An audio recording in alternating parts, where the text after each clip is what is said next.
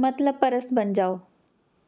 अनिकेत जल्दी आ जाओ please, mummy का कॉल आया था। वो कह रही थी कि पापा को एडमिट करवाया है। उनकी तबीयत बहुत ख़राब है, हमें अभी अस्पताल जाना चाहिए। छुट्टी लेकर आ जाओ प्लीज़ जल्दी। रिलैक्स रितु, अस्पताल में डॉक्टर है ना, वो देख लेंगे। और यार अभी तो किसी हालत में छुट्टी नहीं देगा बॉस।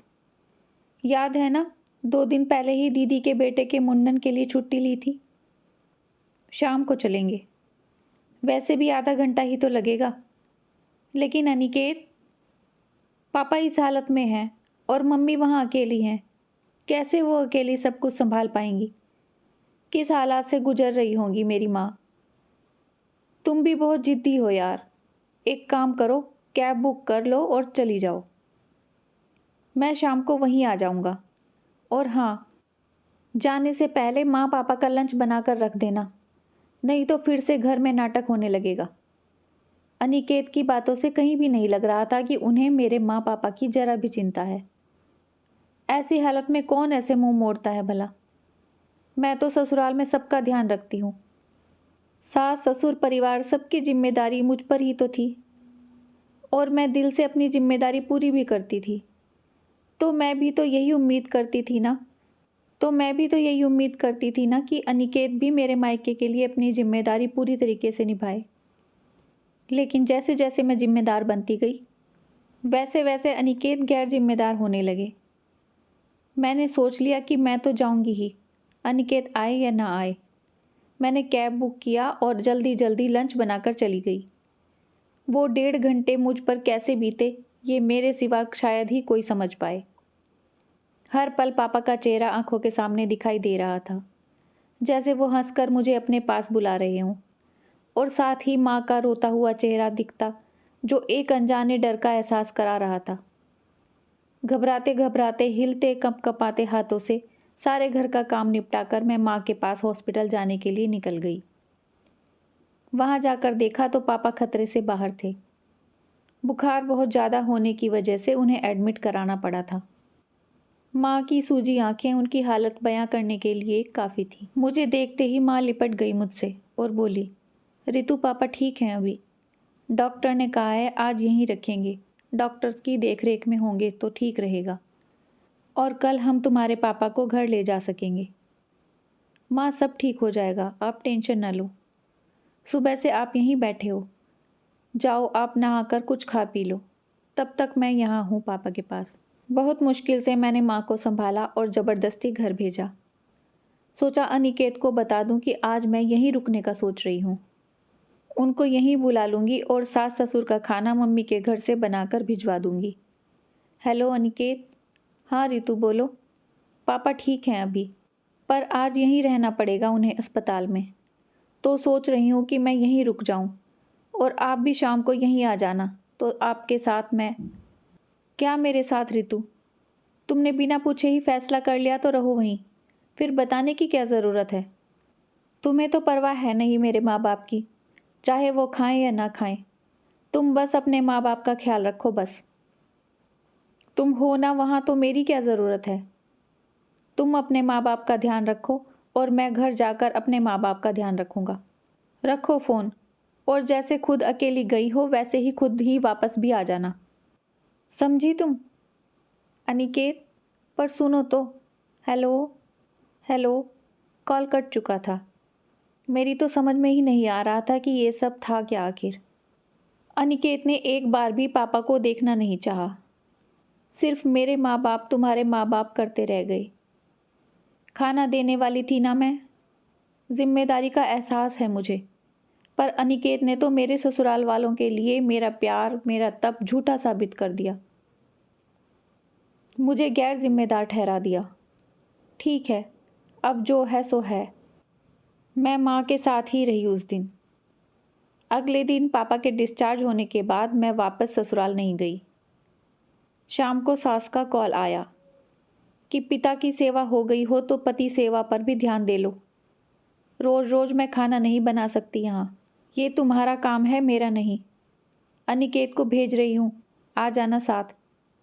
मन में तो आया कि कह दूँ मुझे नहीं आना वापस, एक दिन खाना बनाने में ये हालत हो गई कि इतना सुना दिया। पर संस्कारों की बेड़ियां पड़ी थी ना पैरों में मेरे, कैसे कुछ कह देती। मैं तो अनिकेत के परिवार को अपना समझकर सबसे प्यार जो करने लगी थी, कैसे दे देती मैं उनको उल्टा जवाब। 1 घंटे बाद अनिकेत आए। अंदर तक नहीं आए और ना ही पापा को देखना चाहा। अर्जेंट काम है ऐसा बहाना बनाकर मुझे कार में बिठाकर बाहर से ही रवाना हो लिए। इस आधे घंटे के सफ़र के दौरान मेरी अनिकेत से कोई बात नहीं हुई, पर अपने आप से बहुत सी बातें की मैंने। लड़की वाले इतना बाध्य क्यों हो जाते हैं कि ज़रूरत पड़ने पर दामाद को हक से कॉल करके बुला भी नहीं सकते, जैसे कि ससुराल वाले बहू पर हक जमाते रहते हैं। बहू रात दिन सास ससुर की सेवा करे तो सब खुश रहते हैं, पर अगर वही बहू 2 दिन बेटी का फर्ज निभाकर माँ बाप के लिए कुछ कर दे तो उलाहना देना शुरू हो जाता है। बहू पर घर परिवार सबकी जिम्मेदारी डालकर उसे दबाए रखो, पर जब बात दामाद की आती है तो सिर्फ आओ भगत के सपने ही क्यों। जिस तरह लड़की खुद को भूलकर ससुराल में समर्पित हो जाती है, उसी तरह लड़का अपने ससुराल के दायित्वों का निर्वहन क्यों नहीं करता। लड़की को कहा जाता है कि शादी के बाद पति के माता पिता तुम्हारे माता पिता हुए, तो यही बात लड़के से क्यों नहीं कही जाती कि लड़की के माता पिता तुम्हारी जिम्मेदारी हैं अब। ऐसे ही कई सवाल ख्याल लिए मैं घर पहुंच गई, जहां किचन मेरी राह देख रहा था।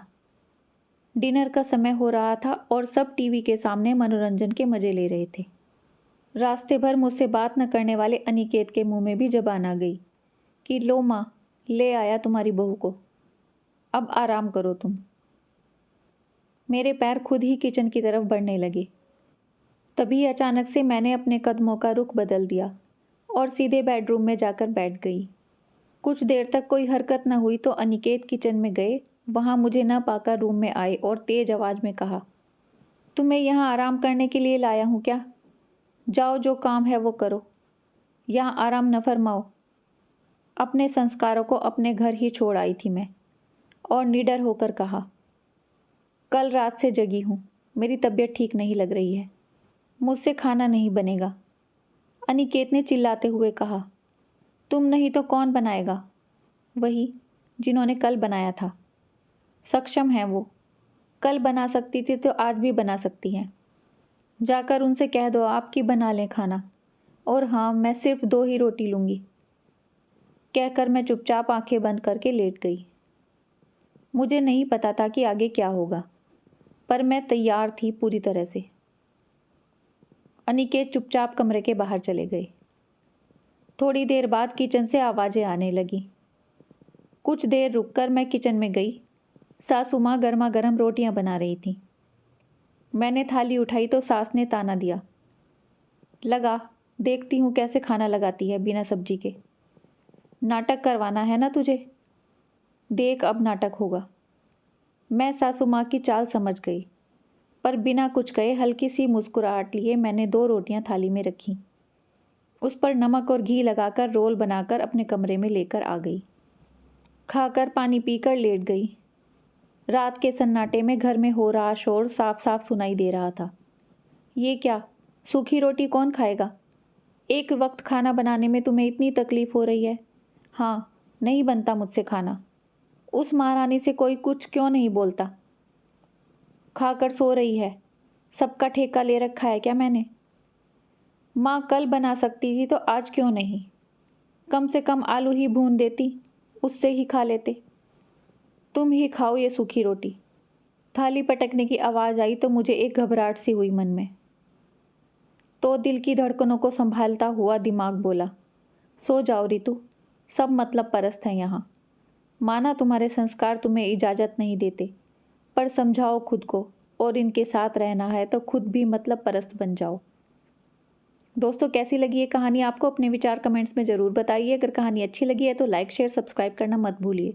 अपना खूब सारा ध्यान रखिए, खुश रहिए, मुस्कुराते रहिए।